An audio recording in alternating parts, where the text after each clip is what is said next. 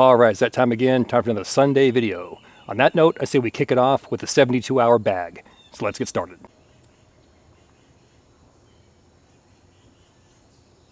What are we talking about today? We're talking about a 72-hour bag. Now, let's not confuse this with a bug-out bag, or a scouting bag, or a camping bag, or a get-home bag. Here's my take on all these bags, and I've said this for about 3 or 4 years now. All of those bags have one thing in common. The basic gear should always be the same, and you should always train with that basic gear all the time, and it should be sitting right there. So all you have to do is add to it. Like if I'm gonna go camping for 3 days, this setup I'm going to show you right here is probably about 90% what I want.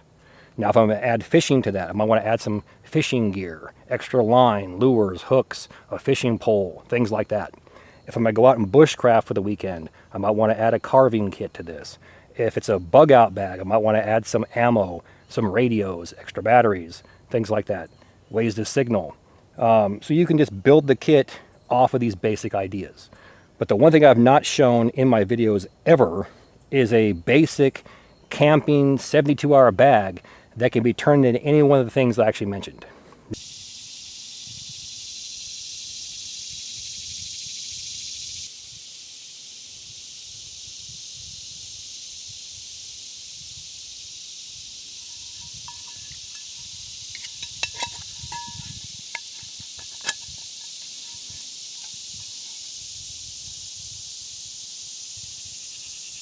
Now, before we get too far down the trail, we have 100 Corporals Corner skillets dropping to my website right now. Yes, you heard correctly. My website, corporalscorner.com. We're no longer on Etsy. Once again, we are no longer on Etsy. I'm going to say this for probably about 3 or 4 months until it clicks. We're no longer on Etsy. 100 Corporals Corner skillets are dropping to my website as we speak. Go to my video description box. You're going to see my website, corporalscorner.com. Once again, corporalscorner.com. Jump on there and grab yours today. We drop our videos at 10 a.m. Eastern Time every single Sunday, and skillets will drop at the exact same time to the website. It's a one and done. Corporalscorner.com. You'll see my YouTube videos right there, and you'll see my store. Click on the store and get yours today. No matter what bag you build, there's 2 factors involved. One, the bulk in size will always be your sleep system, and the bulk in weight will always be your food and water. If you don't believe me, go to your bag and check it out. Now, some want to debate that, but if you actually look at your kit and you diagnose it that way, well, I'm carrying a foam mattress or a foam pad, I'm carrying a blow-up mattress, I have an underquilt or an overquilt for a hammock, I have the hammock system, I got tent pegs, I have 2 ponchos, I have 1 large tarp and a poncho, I have a thick wool blanket. It starts growing like this. So the bulk in size will be a sleep system, right? No matter how much you try and condense that down, even one of those SOL bivvies and tent pegs, or I want a small poncho to go over top of that, it starts growing like this inside of your pack, right? So then you look at food and water. Yes, there's freeze-dried food, which makes it extremely light. Then there's MREs, which are a little bit heavier. Then there's canned goods, which are the heaviest. And then there's water. So if you're carrying, say, 2 quarts of water, well, we know that 1 gallon of water by itself is 8 pounds. So that means in one of these 2-quart plastic canteens, that's 4+ pounds right here. So again, the bulk in weight will be your food and water. The bulk in size will be your sleep system. Here's a gentle reminder. We're not talking about escape the military bag. We're not talking about evading the government bag. We're not talking about a get-home bag. We're not talking about a bug-out bag. We're talking about a basic 72-hour bag that will fulfill your needs with no resupply if you had to go out for 3 days and then come back. So I want a bag that's at least 35 liters, in my opinion. One that's bomb-proof is this medium Alice pack that's government issued. You can get these on Amazon or eBay and several surplus dealers. Go to uglytent.com, once again, uglytent.com, and he's got a ton of these. Check him out. First off, the bulk in size, our sleep system. I have a 1/2-inch thick foam accordion style mat. I've had this for about 5 years. Got minor rips on the top here, but nothing along the seams. You can just unfold this and plop it down. Don't gotta worry about any type of air mattress getting a hole in it, or trying to roll up another one and like lock it down with bungee cords. It smashes together about like this. That's how thick it is, and it weighs almost nothing. But look how large of an item that actually is. So again, just proves my point. We haven't even got through the rest of the items yet, but look how large that is. The bulk in size will be your sleep system.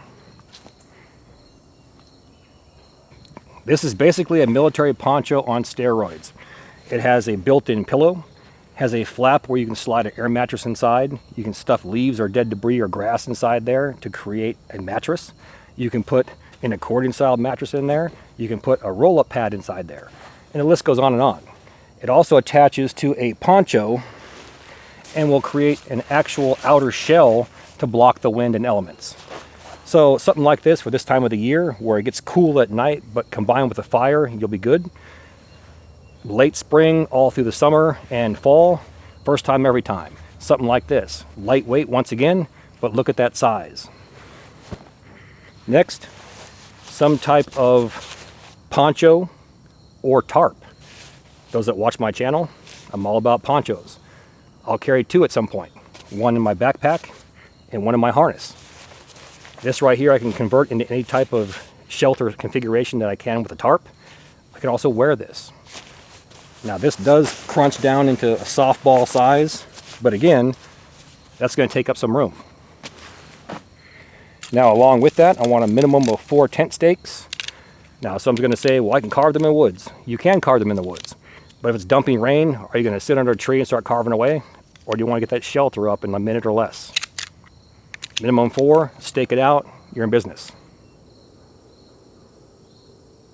You could buy these online as an entire kit for like $100, or you can actually do it yourself for like $15 or less over at Lowe's. Here's the thumbnail of that video. Go back and check it out. I show you exactly how to get these, where to get them at, and it's available on my Amazon page. Moving right along to the bulk in weight. We talked about the bulk in size. Now let's talk about the bulk in weight. Food and water. As discussed, 1 gallon of water is 8 pounds. So if I'm carrying a 2 quart and then a 1 quart inside the bag, that's 3/4 of a gallon. That's minimum 6 pounds of just water. Let's add 1 pound for the plastic and the metal. So we're looking at 7 pounds right here. And it might not sound like a lot, but over several miles it is. The beauty is as you drink it, the lighter it gets. But if you drink all your water with no resupply, you're SOL. So wherever you're going, this falls back on the land navigation portion of it. Wherever you're going, you need to research that area to guarantee you can resupply when you're there. Oh, there's a creek, there's a stream, there's a pond, etc., etc. And then you got to build your kit based on that. Do I need a filter, or am I going to boil? And so on and so forth. But this right here would represent about 7 pounds of water, including the containers. Now let's talk about food. Food is basically a blank check. It's whatever you decide to carry. Some people want canned goods. Some people want freeze-dried. My choice, MREs. The new MREs that I showed this a couple weeks ago are now field stripped. The bag has been reduced and all the items are contained inside here. And it's about 2/3 the size of what they used to be. So it saves space, not necessarily weight. And if we're rolling out for 3 days, minimum 2 meals a day, I need 6 of these. Now some people might say, well, I need to snack. I need to have 3 meals a day. I need to have 4 meals a day. Well, then you're going to add more and more and more. At a minimum, you want 2 of these a day for 3 days. So I chose 6 of them. And just by holding this, I'm willing to bet you it's under a pound, but adding 6 of those together, probably about 5 pounds. So 5 pounds of food, along with 7 pounds of water and containers, that's 12 pounds right there, just wrapped up in food and water. So while we're talking about water, let's go ahead and talk about containers for water. They can be plastic, they can be metal. And by metal, I mean stainless steel. But that falls back on what's your intent. If your intent is to boil water to disinfect it, obviously a plastic container is not going to be of any use to you. Stainless steel will. So do you want that option? I can light a fire, collect some water from a creek, boil it, wait 30 minutes for it to cool down and then drink it. If that's one option for you, perfect. If not, and you want to be lighter, choose plastic. But then we got to talk about using some type of system to disinfect it through like chemical purification or filtration. Now, one good option is this Sawyer squeeze. Filter goes on just like this. You have roughly a quart of water that's contaminated in this bag, and you simply roll it down and squeeze that water through that filter into your container. Now, Father Nomad makes these 3D printed adapters that go onto the Sawyer squeeze and then onto your 32-ounce bottle. Now you can directly squeeze that water into your container without spilling anything.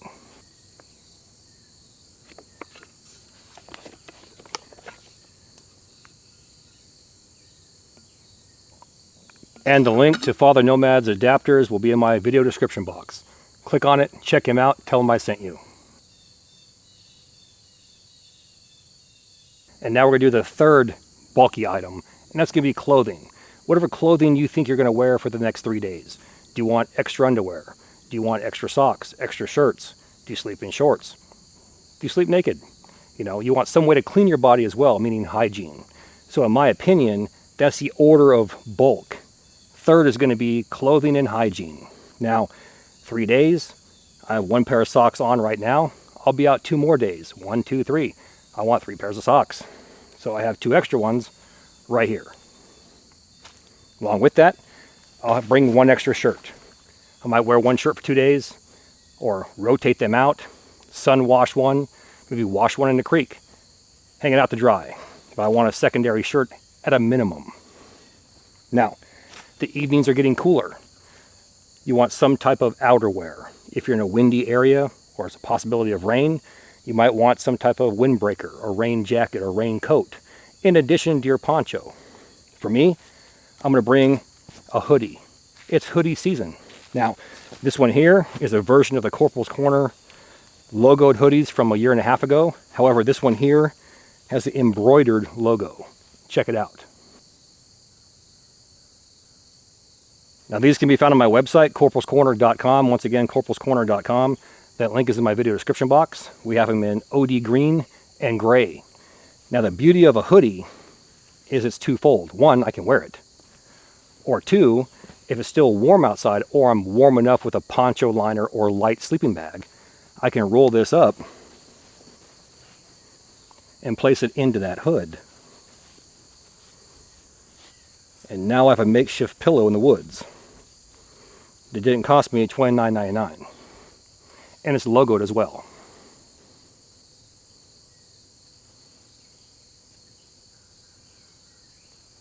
Last bulky item is hygiene. Now, I'm not going to get into what's all in here. However, I want the basics. At a minimum, 3 days. I'm going to want to brush my teeth over a 3-day period. If you don't, something's going on upstairs, right? I'm going to want some way to get between my toes cleaned. I want to get armpits clean, growing. You know, if I drop a deuce out in the woods or number 2, I might want to wipe up with some wet ones, or at least wash my hands off. Things like that. So you got to think about what you're doing. Bring deodorant if you want that. If you are a female and you're prone to that time of the year, you're going to want to bring extra, or take extra precautions for that time as well. So bring whatever hygiene gear you need. Now, here's where I draw the line with this. Far too many people get crazy. It's like watching people with, trying to do, tricked out vehicle builds, and they go, well, I got to have this. I got to have 20 pairs of pliers. I got to have, 10 hammers. What do you need all that in your vehicle for? Unless you have the parts to swap them out in your vehicle, having 20 pairs of pliers will do no good whatsoever. Hygiene kit is the same thing. What's your intent? My intent is to go out there. Like, well, you need tweezers, you need this, you need a toothbrush, you need, floss, do I need all that? Probably not. But do I need to brush my teeth? Yes. Maybe I want some deodorant. Yes. A way to wash my hands and wash my face. Yes. Could I add a washcloth to that? Yes, I could. So there's a smart way and a stupid way. If you're going out there and you're concerned about keeping your kit between 25 and 45 pounds, you're going to want to roll with a minimum. So think about what your personal needs are. Also, do you take medications? You might want to bring those with you. So again, the basics are toothbrush, deodorant, wet ones are wipes. And I can build from there.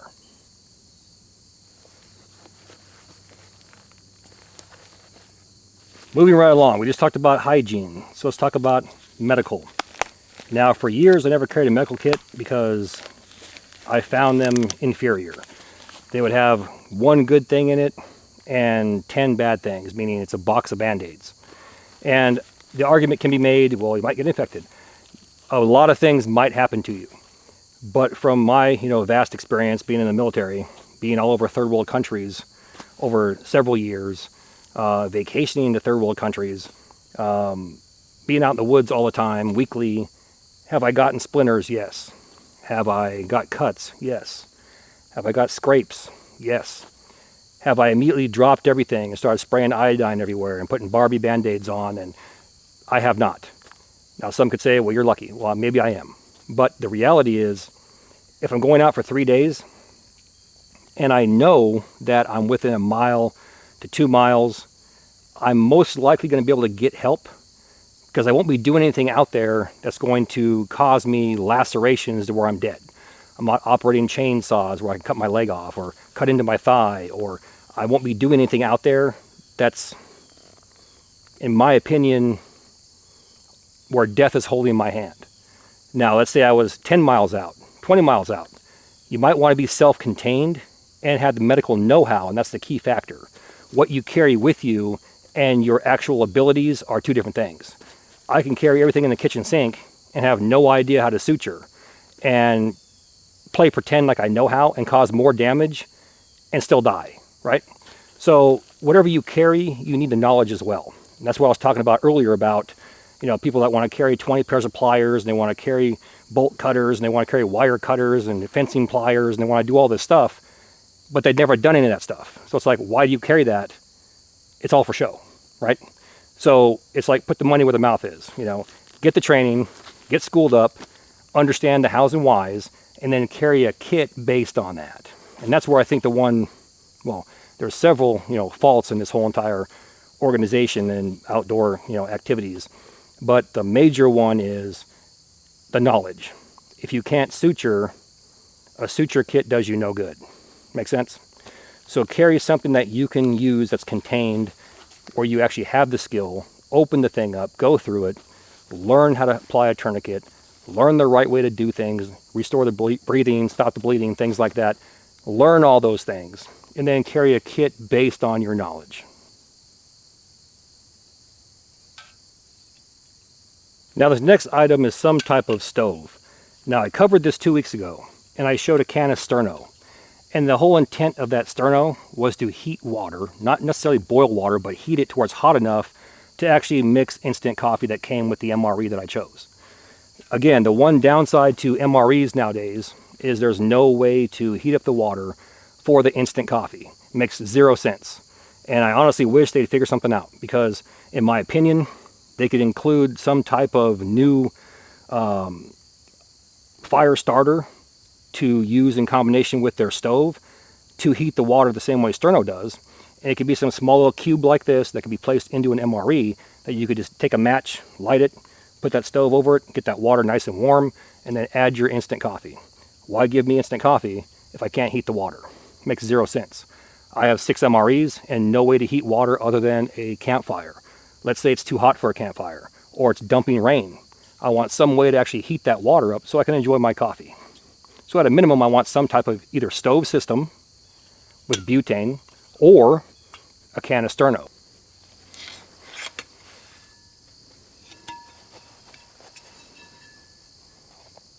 Now, if you're not carrying MREs like me, where it has a heater that warms it up, or freeze-dried meals that require just warm water or boiling water from a campfire, or you can't make a campfire, you need some type of stove like I showed to warm up something else, like a canned item, or eggs and bacon.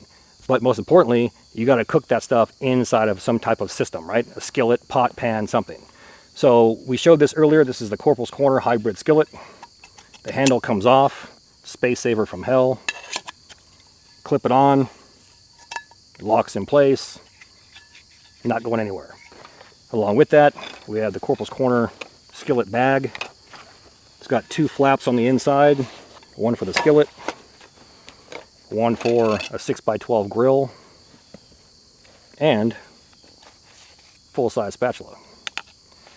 So some kind of setup like this doesn't have to be this one. It could be something like this one. But something like this that can slide into your pack to cook up those, canned goods or eggs and bacon. Again, it's your intent. What's my intent? If my intent is to have MREs or freeze-dried, do I want to mess around with this? No. If my intent is to cook eggs and bacon or can of chili, can of soup, then I want something like this first time every time.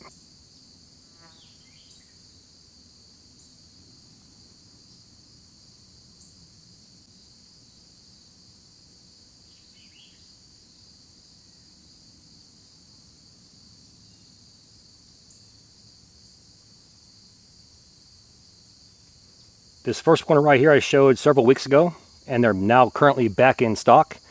This is the Corporals Corner logoed Kephart from Rebel's Den Outdoors, or Tony Powers. His link will be in my video description box. Check it out. This is a Kephart style knife, and in my opinion, one of the very few that's actually true to what Kephart actually look like. There's several that claim to be the same. They got broomstick handles on them, and the blades all just kind of like somewhat resembles it, but not really. When you look at an old school Kephart, it actually goes up, and this blade actually does that right there. It's got a Scandivex grind on it, 1095 carbon steel, micarta handles, OD green, and 2 pins. And this thing is razor sharp out of the box and throws sparks like a champ.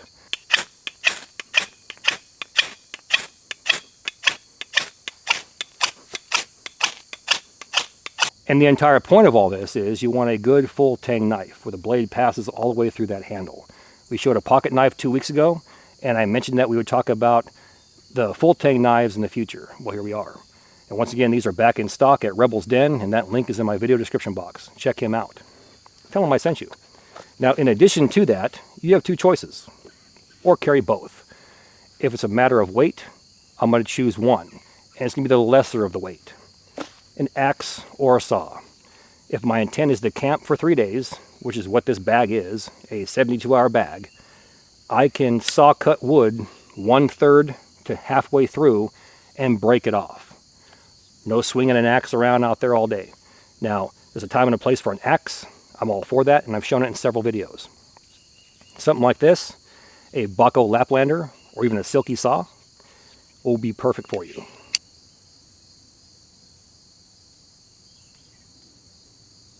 Now, there's 2 types of compasses that you can choose from that are currently available on the market in every single outdoor store USA. That's a lensetic where the disc inside floats around, or a base plate compass like this one here where the needle moves and there's no disc inside. The needle moves by itself. Pick your poison. Both of them have learning curves. In my opinion, the Suunto MC2s are more forgiving, and they do a lot more for you, as in math. A lensetic compass, you have to do math. Is it hard to do? No, it's very simple. But it's an extra step that maybe if you're tired, if you're hungry, if you're weak, you might not want to do.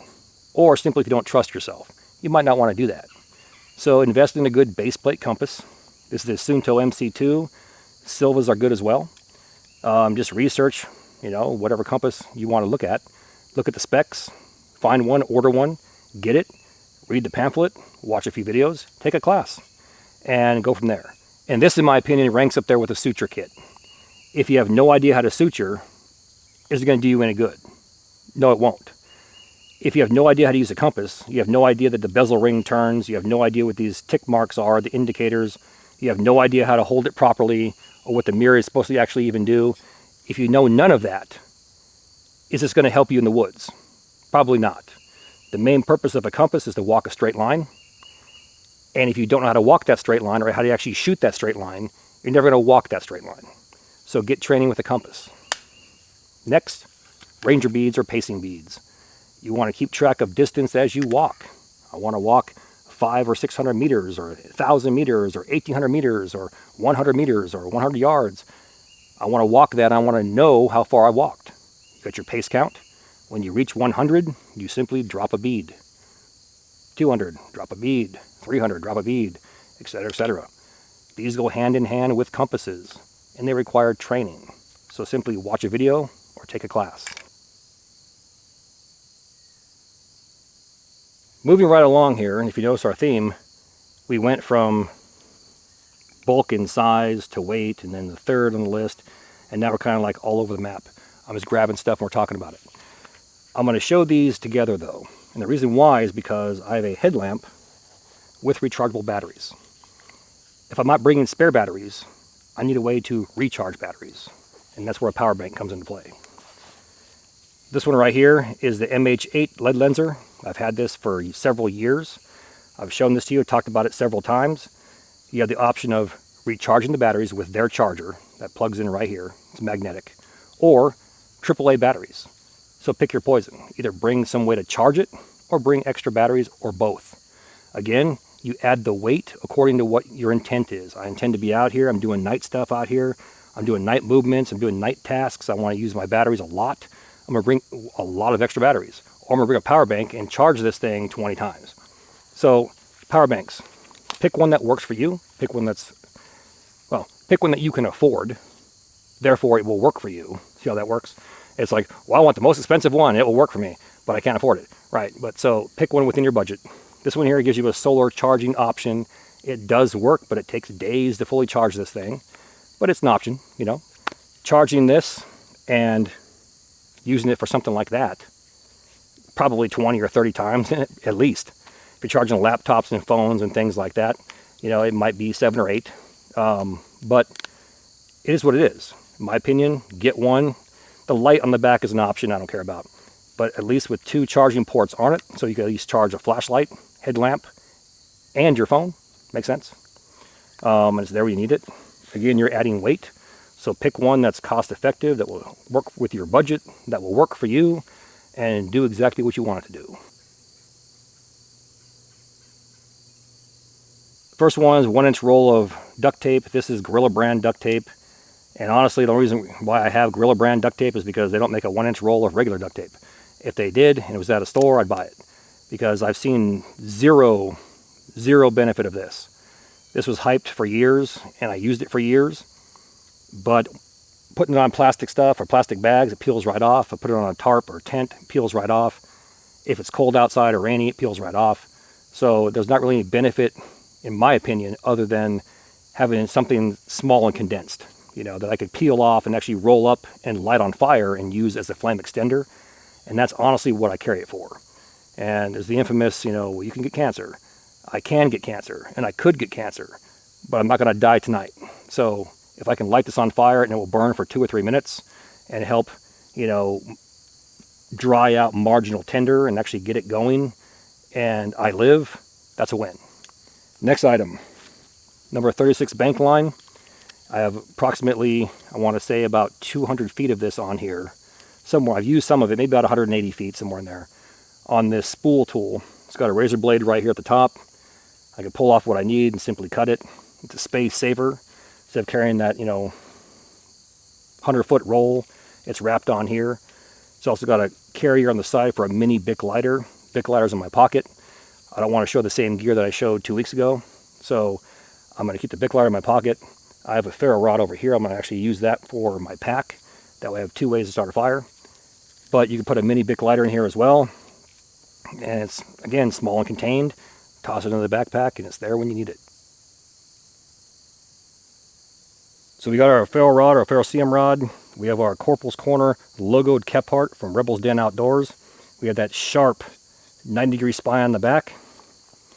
I'm going to sit back and watch the sparks fly.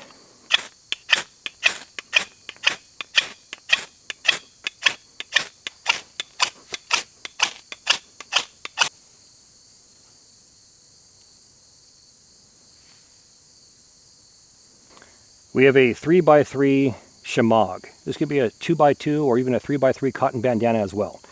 You want something that's 100% cotton. And truth be told, the 2 things I use this the most for, first off is a waypoint marker. I can stick this up in a tree at eye level. Everything out here is green. This is red, or get an orange one, or even purple. Hang it from a tree. I can walk around far as I want. As long as I can turn around and see this, I can walk right back to my camp. Now the second thing I've used this the most for is to cover my bottle, the mouth of the bottle, place it into a stream, and collect water. This way any floaters or debris, leaves, moss, slime, etc. will be trapped in the cloth itself and not pass through into my bottle. So it's like a pre-screening to boiling.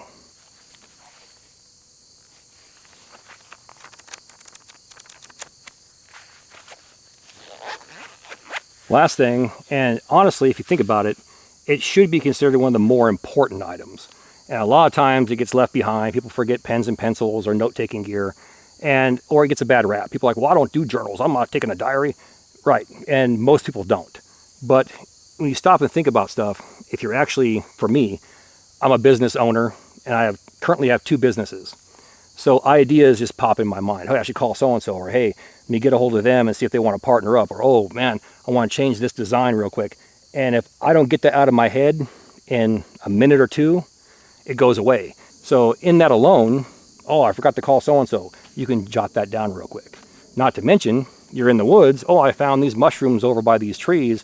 I know now for next year I can come over here, it's right there. Or I got, I know that where my base camp is, if I walked 110 degrees on an azimuth for 1,000 yards, I found a big pool of water. There might be catfish in there. So you can make notes like that as well. So it's very underrated, and in my opinion, should be part of every single kit.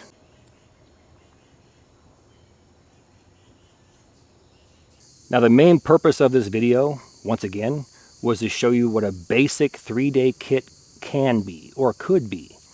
And you're going to add to it from there based on what your intent is. If you're taking this stuff out there for 3 days, you're going to camp, you're going to fish, you're going to hunt, you're going to add extra things with that as well. All together with all of that, including the food and water, that pack right there is about 40 pounds. As you eat the meals, it's going to lessen. As you drink the water, it will lessen as well. This was put together with the idea of no resupply, meaning no food resupply. You're taking your meals with you. Me personally, most of the time, not all the time, but most of the time I camp near creeks, ponds, streams, lakes, so I have access to water. If not, I gotta bring water, and 1 gallon of water for 3 days isn't gonna cut it for me. Minimum 1 gallon a day.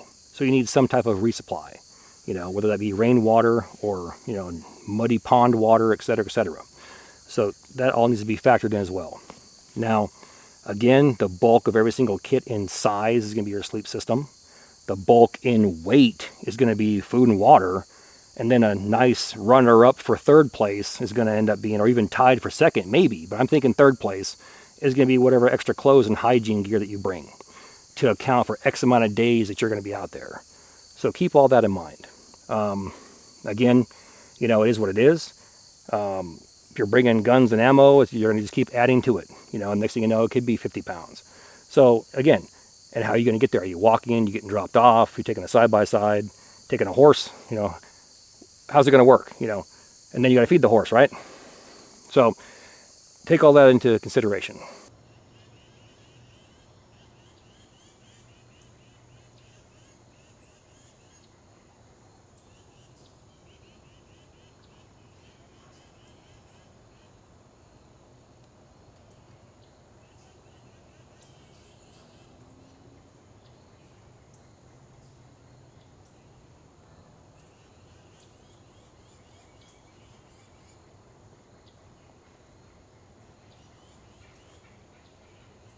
So last but not least, we have a couple classes coming up here.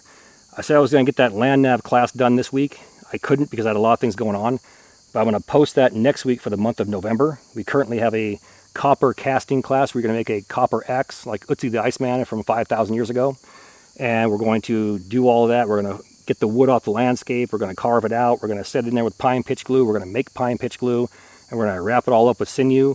And you're going to learn how to cast or sand cast bronze molds, and that way you can basically cast whatever you want, and you're going to learn how to do all that step by step. It's a 2-day class in October, and that link is in my video description box under my website, corporalscorner.com. On that note, let's go ahead and get out of here. With that, all the gear in my videos can be found in one place, my website, corporalscorner.com. Now please do me that favor, hit that like and subscribe button, then ring that notification bell. Once you ring that bell, please select all notifications. And as always, thank you for your comments, views, and support. Thanks for watching. Get out in the field, have some fun. I'm going to catch you next time.